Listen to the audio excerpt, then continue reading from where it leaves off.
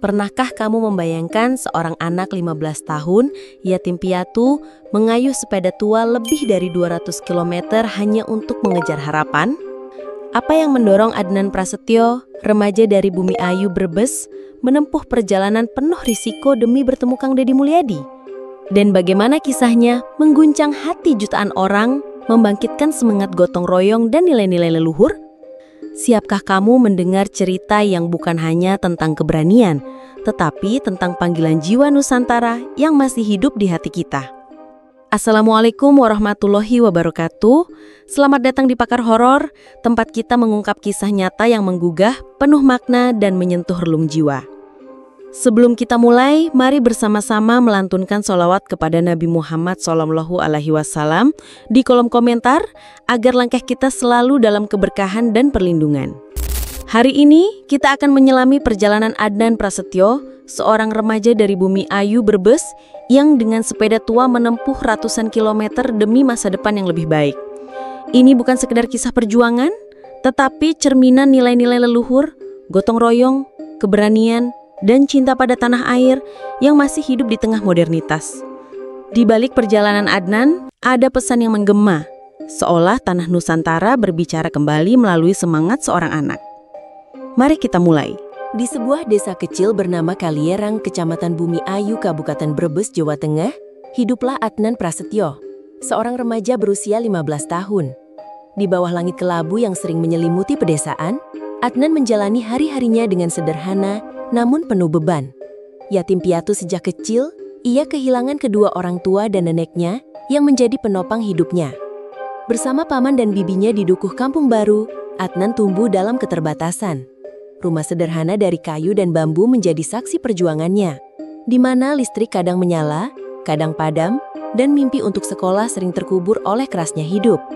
Adnan pernah mengecap pendidikan hingga kelas 2 SMP, namun terpaksa berhenti karena keluarganya tak mampu membiayai. Ia sempat tinggal di panti asuhan Muhammadiyah Bumi Ayu, tetapi memilih keluar tanpa pamit, kembali ke desa dengan harapan yang kian pudar. Di tengah malam-malam sunyi, Adnan sering termenung, menatap langit Brebes yang penuh bintang, bertanya pada dirinya sendiri, apa yang bisa mengubah nasibku?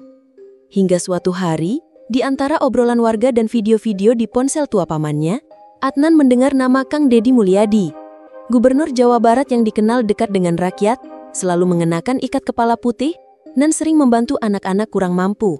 Kalau ada yang bisa membantu, itu Kang Deddy, gumam Adnan dalam hati. Dengan tekad yang membara, ia membuat keputusan yang tak biasa. Bersepeda dari Bumi Ayu ke Subang, lebih dari 200 km, untuk bertemu Kang Deddy dan meminta bantuan agar bisa kembali bersekolah. Pada pagi yang masih diselimuti kabut, Adnan mengambil sepeda tua dari gudang rumah pamannya. Tanpa bekal cukut, tanpa peta, hanya dengan sebotol air dan sepotong roti, ia mulai mengayuh. Jalanan berdebu di Brebes, penuh lubang dan kerikil, menjadi awal perjalanan panjangnya. Warga desa yang melihatnya hanya menggelengkan kepala, mengira Adnan sedang bermain-main. "Mau kemana, nak?" tanya seorang tetangga. Adnan hanya tersenyum kecil. "Ke Subang, Pak, ketemu Kang Deddy." Perjalanan Adnan bukanlah perjalanan biasa. Dari Bumi Ayu ia melintasi jalanan pedesaan menuju Tegal, lalu Cirebon, hingga akhirnya memasuki wilayah Jawa Barat. Matahari terik membakar kulitnya, keringat membasahi baju lusuhnya, dan kakinya mulai lelah mengayuh peda yang sudah berkarat. Di tengah perjalanan, ia berhenti di warung-warung kecil meminta air atau sekedar berteduh. Beberapa warga, tersentuh oleh ceritanya, memberi sepiring nasi atau sebotol air tanpa diminta. "Kamu kuat, nak, tapi hati-hati," kata seorang ibu penjual nasi di pinggir jalan Cirebon. Malam tiba, dan Adnan terus mengayuh di bawah langit gelap, hanya ditemani lampu sepeda yang redup. Ia tidur di emperan masjid atau di bawah pohon, memeluk ransel kecilnya yang berisi pakaian ganti dan harapan besar. Di satu malam, saat beristirahat di pinggir sawah dekat Indramayu, Adnan menatap langit penuh bintang. "Kalau leluhur kita dulu bisa melawan penjajah, aku pasti bisa sampai Subang," gumamnya mengingat cerita-cerita tentang Prabu Siliwangi yang pernah didengarnya dari neneknya. Meski tak memahami sepenuhnya, nama Siliwangi baginya adalah simbol keberanian, sesuatu yang kini ia pegang erat. Setelah 2 hari penuh perjuangan, Adnan tiba di Subang pada 9 Juni 2025. Tubuhnya lelah namun matanya penuh api. Ia mencari kediaman Kang Deddy Mulyadi, tapi sayangnya Gubernur sedang tidak berada di tempat. Adnan duduk di trotoar menunggu dengan sabar hingga seorang warga merekamnya dan mengunggah videonya ke TikTok dan X. Assalamualaikum Pak Dedi, nama saya Adnan dari Kabupaten Brebes, Kecamatan Bumi Ayu, Desa Kalierang. Saya kesini naik sepeda. Saya ingin ketemu Pak Dedi, katanya dengan suara lirih namun penuh tekad. Video itu menyebar seperti api, ditonton jutaan kali dalam hitungan jam dan mengguncang hati netizen di seluruh Indonesia. Kisah Adnan menyebar cepat di dunia maya. Akun X @infojateng menulis, Adnan, anak 15 tahun dari Bumi Ayu, bersepeda ke Subang demi bertemu @dedi1271. Semangatnya luar biasa. Netizen terbagi. Sebagian memuji keberanian Adnan, sementara lainnya menyayangkan kurangnya perhatian dari pemimpin lokal di Brebes yang membuat seorang anak harus menempuh perjalanan sejauh ini. Di mana bupatinya selama ini? Tanya seorang pengguna X. Namun di balik komentar-komentar itu, ada keajaiban yang muncul. Semangat gotong royong bangsa Indonesia bangkit kembali. Bupati Brebes Paramita Widyakusuma mendengar kabar ini dan langsung bertindak. Pada dini hari tanggal 10 Juni 2025, ia bergegas ke Subang bersama Kepala Dinas Pendidikan, Pemuda, dan Olahraga Brebes, Caridah dengan bantuan Polres Subang. Di sebuah pos polisi tempat Adnan beristirahat, Paramita menemukannya. Remaja kurus dengan sepeda tua, wajahnya penuh lelah namun penuh harapan. Adnan, kamu tidak sendiri lagi, kata Paramita dengan suara lembut. Ia memeluk Adnan dan menjanjikan bantuan penuh, pendidikan gratis di Pondok Pesantren As-Salafiyah Saditan Brebes, dan kebutuhan hidup sehari-hari. Paramita bahkan mengangkat Adnan sebagai anak asuh pribadinya, sebuah tindakan yang membuat netizen menitikkan air mata. Kepala Desa Kalierang, Irma Hamdani, mengonfirmasi bahwa Adnan adalah warga desanya yang hidup dalam kesulitan. Kami pernah mencoba membantu, menyekolahkannya di madrasah sanawiyah gratis, tapi Adnan tidak bertahan, mungkin karena beban hidupnya terlalu berat, ujar Irma kepada Kompas.com. Kini dengan dukungan Bupati, Adnan memiliki kesempatan baru untuk melanjutkan pendidikan dan membangun masa depan. Jika kisah Adnan menyentuh hati Anda, jangan lupa like video ini sekarang juga. Bagikan cerita ini ke teman-temanmu agar semangat Adnan menginspirasi lebih banyak orang. Tetaplah bersama kami karena kisah ini masih menyimpan pesan yang lebih dalam. Meskipun Adnan tidak bertemu Kang Dedi Mulyadi, nama gubernur ini menjadi pemicu perjalanannya. Kang Dedi, yang menjabat sebagai Gubernur Jawa Barat sejak Februari 2025, dikenal sebagai pemimpin yang dekat dengan rakyat. Dengan ikat kepala putih dan gaya bicara yang merakyat, ia sering muncul di media sosial membantu anak-anak kurang mampu, petani, dan warga desa. Reputasinya sebagai penunjuk jalan bagi rakyat kecil membuat Adnan, seorang anak dari Brebes, percaya bahwa Kang Dedi bisa mengubah nasibnya. Kang Dedi bukan hanya politisi, tetapi juga penjaga budaya Sunda. Ia sering merujuk pada nilai-nilai dalam Sang Hyang Siksa Kandang Karesian, naskah Sunda kuno dari 1518 Masehi yang disimpan di Perpustakaan Nasional RI. Naskah ini mengajarkan pedoman kepemimpinan seperti parigeging, keberanian, dasa pasanta, kesetiaan, dan gapura pancawaluya.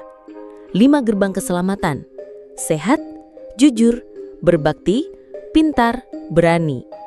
Dalam berbagai kesempatan, Kang Dedi menerapkan nilai-nilai ini, seperti saat memimpin penghijauan di Puncak Bogor atau berkolaborasi dengan pesantren ekologi Al-Mizan di Majalengka untuk mempromosikan pelestarian alam berbasis kearifan lokal.